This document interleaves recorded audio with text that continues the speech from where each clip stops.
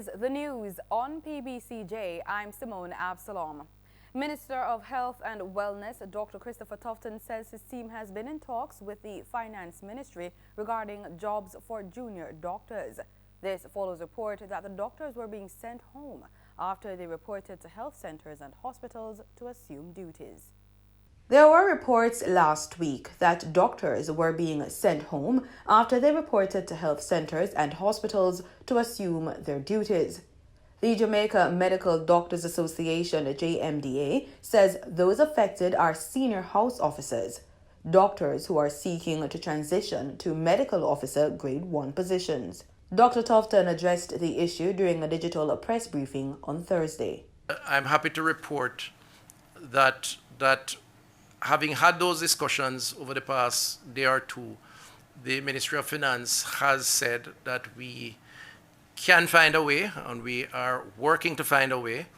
And there's a meeting tomorrow morning to try and concretize the opening up of more spaces. I'm not going to promise 100 plus, but certainly substantial enough to fill some of the gaps that exist, and of course to put some of your members to work in badly needed areas.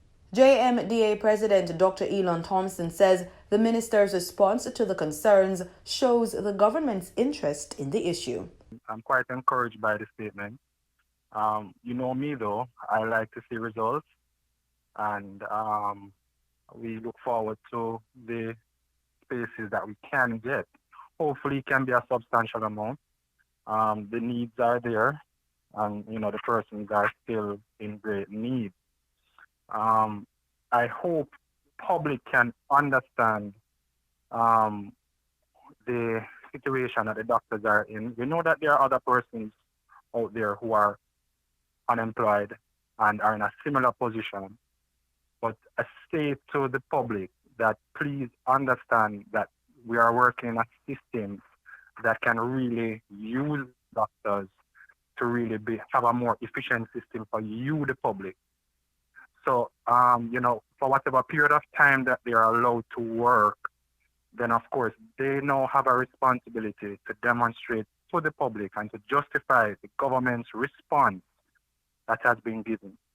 Meanwhile, head of the National Health Fund, Everton Anderson, was asked to address concerns about the shortage of pharmaceutical drugs. Across the globe, there are always issues in drug availability due to so many factors, global shortages, discontinuation of product recalls, and with COVID-19, there would be certain other issues that would create uncertainty in the market. But within the context of that, I want to say that our team has worked hard to ensure that most drugs are available to our clients. In fact, our fill rate over the last few months has ranged between 86 and 90%. But there are specific items, certainly, that we would struggle to get. India was on lockdown for months, and we procure a significant number of our drugs to India. It was agreed that there is a need for clear communication about the timeline for incoming shipments of unavailable drugs. Mr. Anderson noted that in some instances, it's not that the drugs are unavailable, but that they are not offered by the government-run pharmacies. Jamaica has 765 COVID-19 cases. Health Minister Dr. Christopher Tufton says 2 new samples tested positive in the last 48 hours. He gave an update on COVID-19 cases in Jamaica during a press conference on Thursday. The new cases are imported cases having arrived recently on flights from the USA. One is Jamaican from St. James. The other is a non-Jamaican who stayed in St. James. This tourist has since repatriated. There are 2 males, one 24 years old and the other 40. In the last 24 hours, 28 more patients have recovered from COVID-19 and have been released from isolation, bringing the total number of recoveries to 675, or 88.2% recovery rate. The health minister says 56 active cases of COVID-19 are currently under observation. There are no critically ill or moderately ill patients at this particular time. And that is good because it means hospitalizations are not as serious as if we had critically ill patients. The 765 cases are classified as follows: 247 imported cases, 238 cases that are contacts of confirmed cases, 44 local transmission cases not epidemiologically linked, 236 related to the workplace cluster in St. Catherine. Investigations have concluded for the 7 persons under investigation and the case reclassification reflected in the breakdown above. Of note, 5 cases have been classified as local transmission, not epidemiologically linked, and 2 cases as contacts of a confirmed case.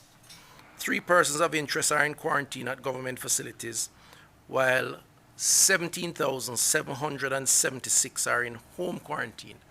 And I think it's important to note that the home quarantining or stay at home is the big focus because we're moving away from institutionally quarantining everyone, which means community surveillance, community response, which is why Minister Mackenzie is here. 17,000 and odd persons are in their homes under stay-at-home arrangements, and if they breach those arrangements, it could have a lot of implications, and I think it's important that we recognize that. He again highlighted the fact that COVID-19 is not over and underscored the need for all Jamaicans to continue to be vigilant. So we're really appealing to Jamaicans to get back in that habit if you have lost the habit, because COVID's still a keep. COVID is not over yet, and the dangers are still very much there. Avoid crowds. Stay at home if you have the option to. Frequently wash hands and sanitize hands and clean surfaces where droplets may have fallen. Obeying quarantining and isolation orders as given by the public health authorities. And as I said, and as we have said continuously, everyone has a part to play with the efforts of our hardworking healthcare workers across the island and the cooperation of every Jamaican. We can beat COVID. We've been doing a good job so far, but we should not get complacent because COVID, as I said earlier, still a keep. The Health Ministry's fight against COVID-19 has been given a boost. 2 high-tech machines and 2,000 test kits were donated to help clear the backlog of approximately 10,000 COVID-19 samples. The donation of the 2 polymerase chain reaction machines and kits valued at over $2 million was made by the International Atomic Energy Agency. U.S. Ambassador to Jamaica Donald Tapia formally handed over the items to the National Public Health Laboratory on Thursday. Plans are already underway to commemorate the 60th anniversary of Jamaica's independence. The Cabinet has given approval for the establishment of the Secretariat for Special Commemorative Activities within the Ministry of Culture, Gender, Entertainment and Sport. The Secretariat will have responsibility for the planning, implementation, and monitoring of activities to commemorate the 60th anniversary of Jamaica's independence in 2022, including the Diamond Jubilee legacy projects, and that will include a monument to the police. The monitoring of the completion of the Jamaica 55 legacy projects, and the planning and execution of the activities in Jamaica for the observance of the International Decade for People of African Descent 2015 to 2024. Famous Jamaican actor Clive Duncan is dead. Mr. Duncan lost his battle with cancer on Thursday, July 16. The actor is most known for his portrayal of the character Mas Drapus on the local sitcom Lime Tree Lane, which airs daily right here on PBCJ every morning at 7. You see, after they give you the free sample, you get hooked. You start craving for more. And then you pay for the free sample, you pay for what you don't get, and you pay what you don't have. and then you start begging, stealing to support the habit. In fact, there are reports of youngsters who have committed murder because they were refused money. That's gross. And that is why we always emphasize the importance of saying no to drugs. He's also known for his other roles as Jean-Pierre on the popular soap opera Royal Palm Estate and Mr. Don Paper on Paul Beale's Joint Tenants. The PBCJ extends condolences to Mr. Duncan's family and friends. Minister of National Security Dr. Horace Jang says the Special Program Committee has started its work to restore peace in August Town, St. Andrew. The government declared a zone of special operation in the community on July 8. We are having a summer school for grade 6 students in the Greenwich Town, which has started. The idea is that these students who tend to be left behind, in fact, they are sent to high school before they are prepared for secondary education by the placement, and they tend to end up in the schools in those communities. And while we assign them to a secondary school, we are fully aware they are not yet literate and numerate. The idea is to begin a process of transformation development in the community where we will use the summer school with an extra budget to prepare them for high school, so when they get in September, they are literate and numerate. And that will allow them to benefit from secondary education and start a process in which the educational process will seek to address the challenges of our young males in these communities. So the soft work has started by the requisite institutions, JCDC and other activities led by the Ministry of National Security. The hard infrastructure work has not yet started, but it is, I want to assure the members that this is a critical part of the entire program as we move from clear to build, and that there will be significant work done to improve the infrastructure of various areas of the communities involved, Greenwich Town and August Town. The Bank of Jamaica's Dr. Wayne Robinson has been appointed the new Senior Deputy Governor effective October 1. Dr. Robinson is presently serving the BOJ as Deputy Governor in charge of the Research and Economic Program Division. Dr. Robinson was appointed by Minister of Finance and the Public Service, Dr. Nigel Clark, in keeping with recommendation of the institution's Board of Directors and pursuant to the Bank of Jamaica Act. He will succeed John Robinson, who demits the post on September 30. Time now for the expert analysis and report on some of the biggest business stories of the week in the Business Report with Gabriel Thompson. The Jamaica Public Service Company, JPS, recently announced an approximately 44% increase in complaints of high bills between April and March 2020 compared to the same period last year. The utility provider says this is as a result of the depreciation of the Jamaican dollar, fuel costs, and rising usage thanks to the COVID-19 pandemic and more persons staying at home. Constant complaints prompted the Minister of Science, Energy and Technology, Favour Williams, to instruct the Office of Utilities Regulation, OUR, to conduct an audit of JPS. Jamaicans were subsequently informed that theft accounts for just about 26% of electricity generated. Of that amount, JPS pays 6%, and paying consumers share the loss of that 20%. But what if there was a solution? There just might be. Let's talk to Oswald Smith about his light bill tracker app.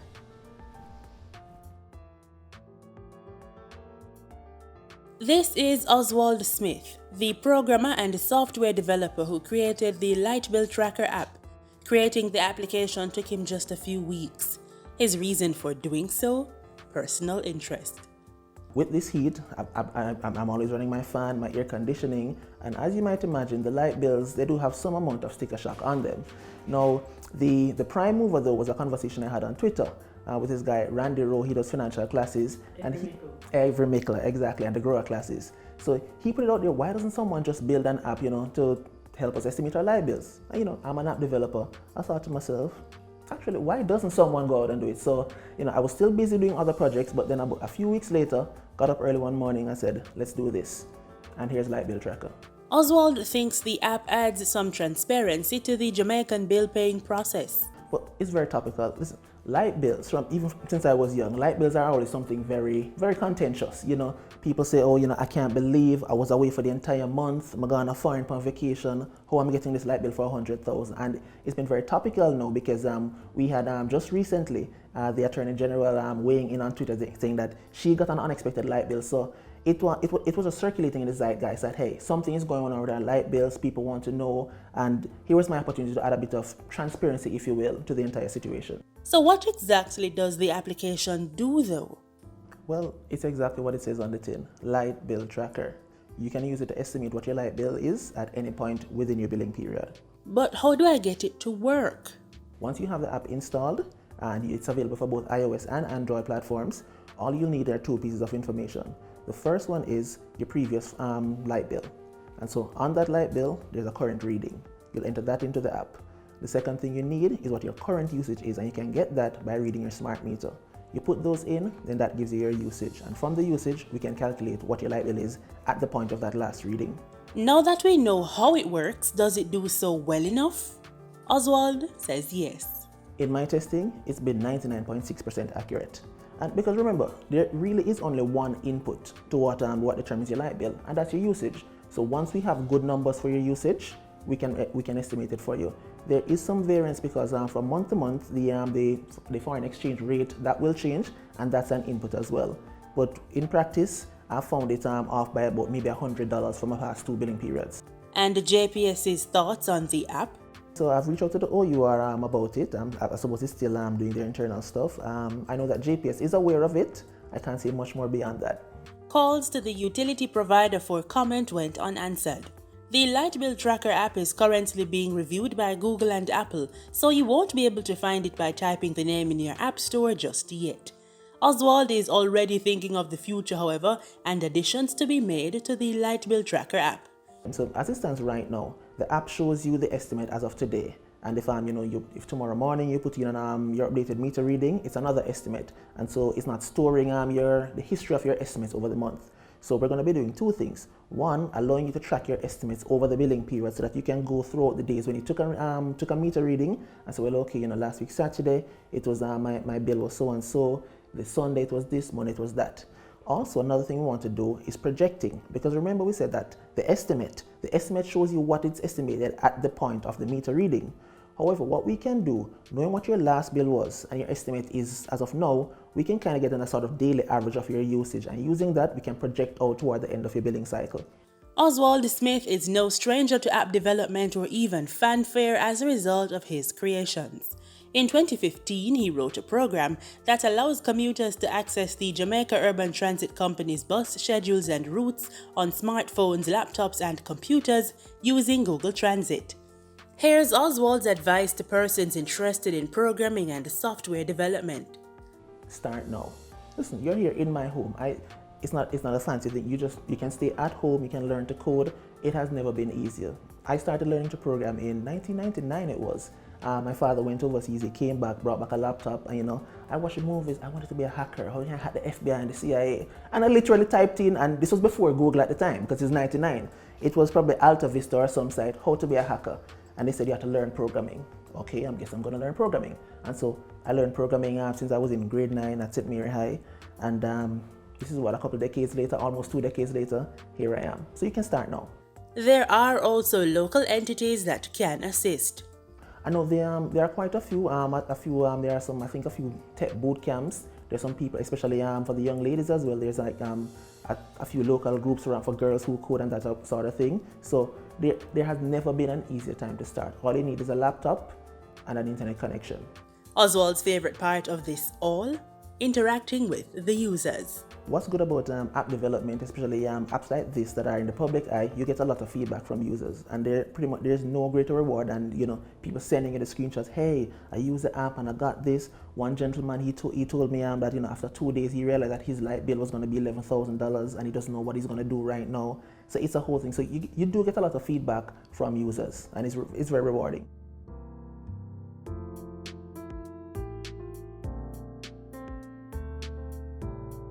In Thursday's trading session, the JSE combined index advanced by 1,378 points to close at under 400,000 units. Overall market activity resulted from trading in 75 stocks, of which 29 advanced, 33 declined, and 13 traded firm.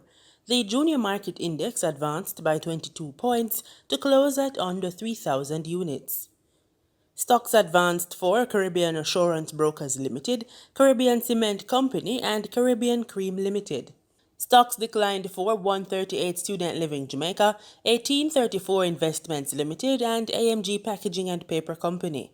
Trading firm were Caribbean Flavors and Fragrances Limited, Siboney Group, and First Rock Capital Holdings.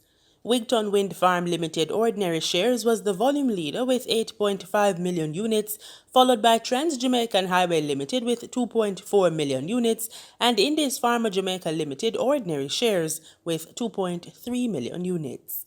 Now for the foreign exchange. The US dollar on Thursday, July 16, ended trading at $146.41. The Canadian dollar sold for an average $107.82. The pound sterling traded for $183.83, and the euro ended trading at $167.78. Oil prices slipped on Friday amid growing uncertainty about the recovery in fuel demand as coronavirus cases surged in several countries, while major crude producers prepared to lift output. Brent crude futures fell 32 cents to $43.05 a barrel. West Texas Intermediate crude futures dropped 25 cents to $40.50 a barrel. And that's it for the business report on PBCJ. I'm Gabrielle Thompson. Let's now join our entertainment guru, Alicia Steele, for the latest entertainment news, celebrities, and what's trending in Jamaica. All that and more in the Entertainment Recap. This week on Entertainment Recap, a miracle, twin with Venom, new contracts, birthday celebration. I'm your host, Alicia, with these and more. Time for Entertainment Recap.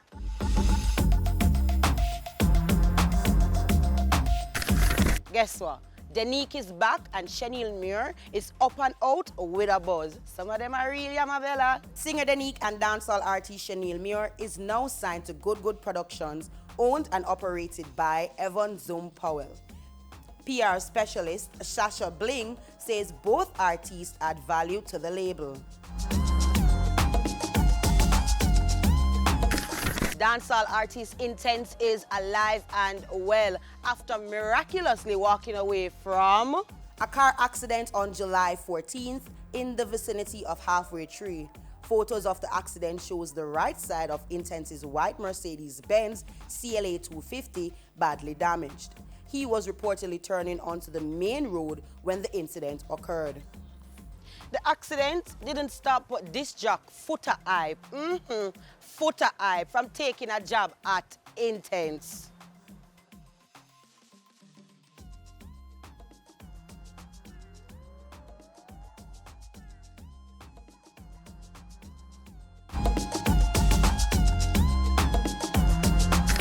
It seems like something is happening in the ear of our local music industry because reggae singer Jacure was also involved in an accident in the vicinity of Eltham in St. Catherine.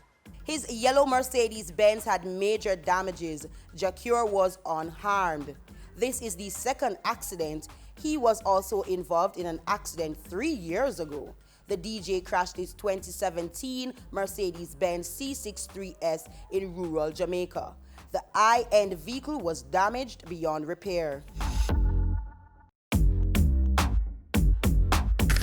Till I'm late to rest, yes. Happy birthday to Or Bujubantan. Yes, it's Or Bujubantan. He celebrated his birthday this week, and me at PBCJ just want to say happy belated birthday to you, Gagamel. Island UME celebrated the birthday of the Jamaican dancehall innovator on July 15th and the 25th anniversary of the boundary-shattering masterpiece, 1995's Till Shiloh, which turns 25 on July 18th. Fans from around the globe will be able to see up-close Banton receiving his RIAA certified gold album for Till Shiloh. Hear me, man. Thanks for watching PBCJ's Entertainment Recap. I'm your girl, Alicia. And remember to follow us on all socials at PBC Jamaica. And you know, always and forever, I got big up Ear Candy for my earring, of course. And follow them to know at the Ear Candy Collection. And remember, no, me have to big up the Cove. Location on point. And always, forever, big up who? You!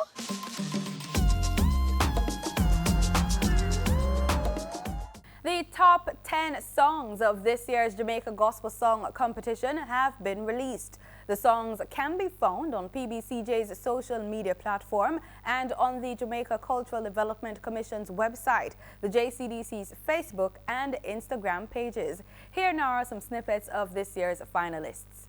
You are real, and there is no doubt about it. In God I live and I move and I have my being. I belong to Him. Lord, I need you close. I need more of your Holy Ghost. I need more of your Holy Ghost. Yes. King of glory, Lord Almighty, I worship you. I worship you. Live today. And there is no tomorrow. Live today, live today, live today. He who's without sin, cast the first stone. Lord, you use these words to save me. You either come to mash up my home, or you come to mash up my life. She want me take a little piece and while I in a sin, me tell her no bargain. Forever you are faithful, God. Forever you are righteous, God. Forever you are wise, oh God. All you need is one dose. There's satisfaction in one dose. And this is our response. Whoa, oh, we say hallelujah.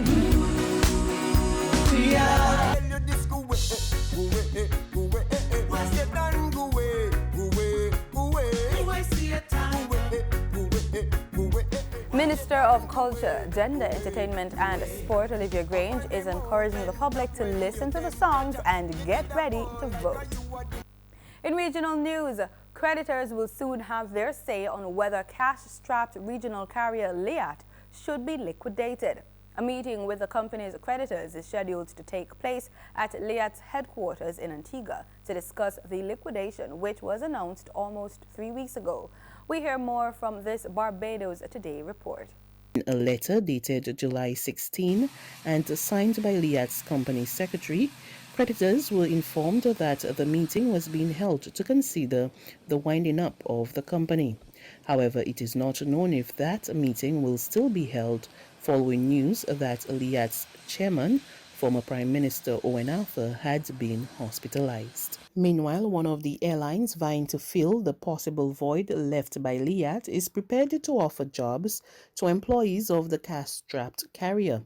Chairman of the Turks and Caicos-based Inter-Caribbean Airways, Lyndon Gardinier, says he is committed to hiring some of Liat's former workers as it also looks to increase the number of destinations it currently services. Political leader of the Progressive Democratic Patriots, Watson Duke, is accusing the government of using food cards to sway voters. The minority leader of the Tobago House of Assembly, who is also the Public Service Association president, made the allegation at the headquarters of the PSA. But Minister of Communications Donna Cox has denied the allegations. Ian Watson has more. PDP political leader Watson Duke has accused the government of bribing members of his party with food cards. He said the Tobago House of Assembly is offering food cards to Tobagonians, but some are receiving food cards from central government without even applying for them. They have taken copies of their own food card and sent it to me because they are all PDP members that the PNM is trying to induce. He said the PNM are putting food cards in mailboxes, especially in those of PDP members and persons who are undecided. But Minister of Communications, Donna Cox, has however rubbished Mr. Duke's claims. She told TTT News the food cards that have been distributed were part of the COVID-19 food relief grants, to which all 41 MPs, including the Tobago MPs, are entitled. Mr. Duke was asked whether he took his claims to the police. My friend, the police is PNM. Straight, the police is PNM. He was reminded that the police chief served as Minister of National Security under the People's Partnership Administration. Gary Griffith, they never know what color he's wearing. One day he's third force, one day he's cop, and the next day he's the police force.